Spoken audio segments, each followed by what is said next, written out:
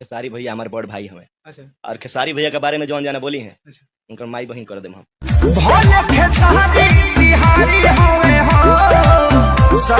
जी हाँ, भले खेसारी लाल यादव को कोई कुछ भी बोले, लेकिन भाई चोट खेसारी फैंस को भरपूर लगता है और आज शायर विपिन यादव में दिखा भी।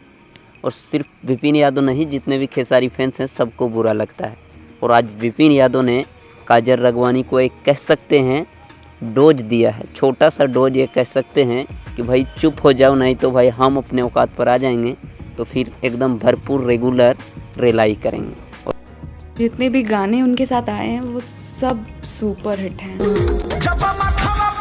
तो भाई लोग, सपना चौहान वाला अगर वीडियो नहीं देखें तो जाके देख लीजिएगा, रिसेंटली वीडियो वही अपलोड है।